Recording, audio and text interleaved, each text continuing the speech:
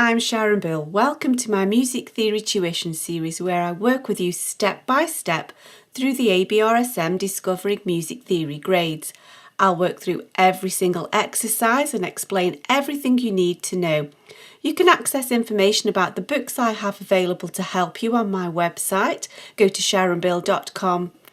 For advert-free and longer lessons, you can become a patron at patreon.com/SharonBill.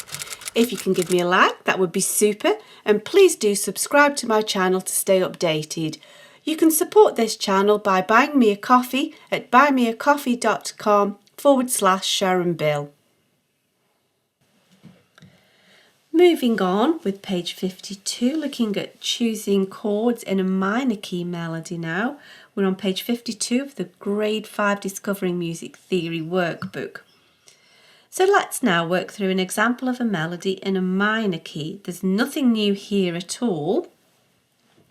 We know that we're in a minor key because the key signature could be, of course, B flat major, or it could be G minor, but here the raised sevenths, the F sharp is our clue. That's always the clue that we're in a minor key, and so then we know that we're in G minor. And so we have to choose appropriate chords, because remember, a melody line is always implying harmonies, even if it's only using single notes.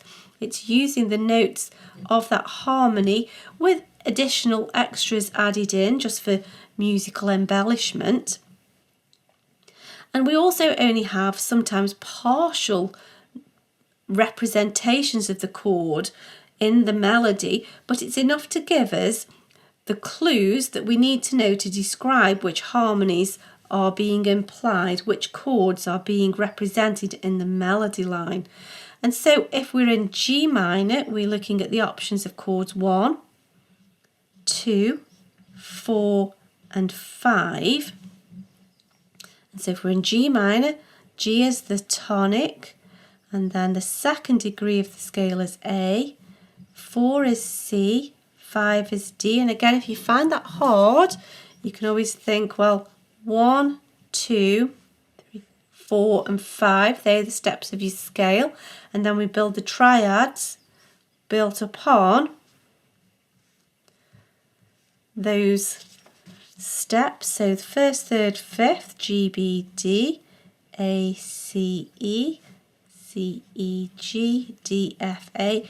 Everything is dealt with in the key signature apart from the raised seventh, which always comes in the middle of chord 5. We always have the F sharp there. That's got a bit squished, hasn't it? Didn't leave enough room. D, F sharp, A.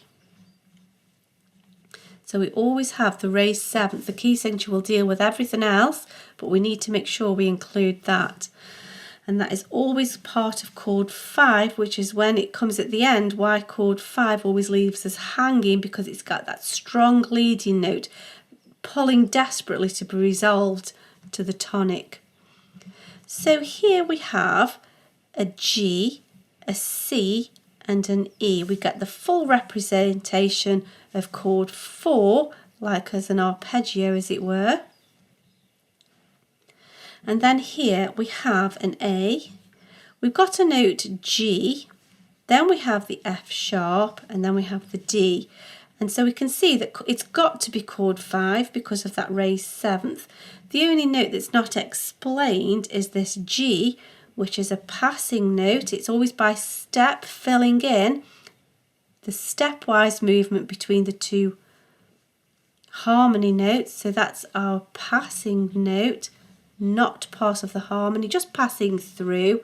And so we can see that that's chord 5.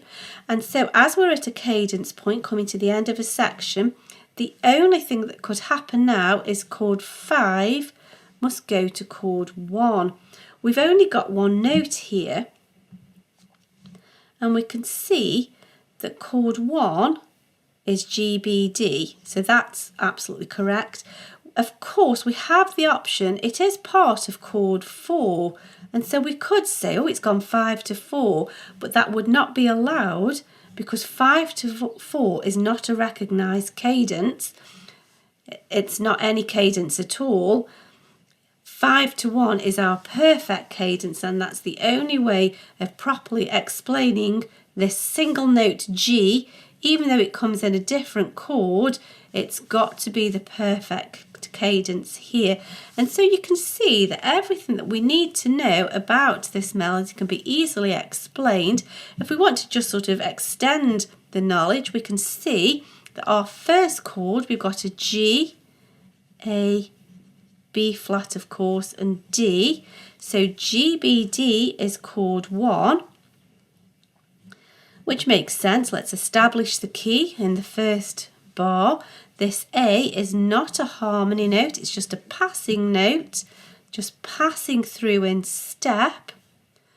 So we have a chord 1, then we have a chord 4, then we have chord 5, which is instantly recognisable because of the raised 7th accidental, which has got to go home to chord 1. So it must be that choice. Even though we have the option of choosing chord 4, it's not part of the cadential progression, and so it's easy to choose that we've got to go to 1, because the raised 7th must always resolve to the tonic. It's got to kind of lead us home, otherwise we'd be left hanging, which the composer could choose to do, but in this case it's got to resolve to 1, to the prescribed cadence pattern. I hope this is helpful to your studies. Please do like and subscribe to stay updated. If you'd like to support this channel, you can buy me a coffee, and for advert-free lessons you can become a patron. Do visit my website where you'll find many resources available to help you. Visit sharonbill.com. Thanks for watching. Bye.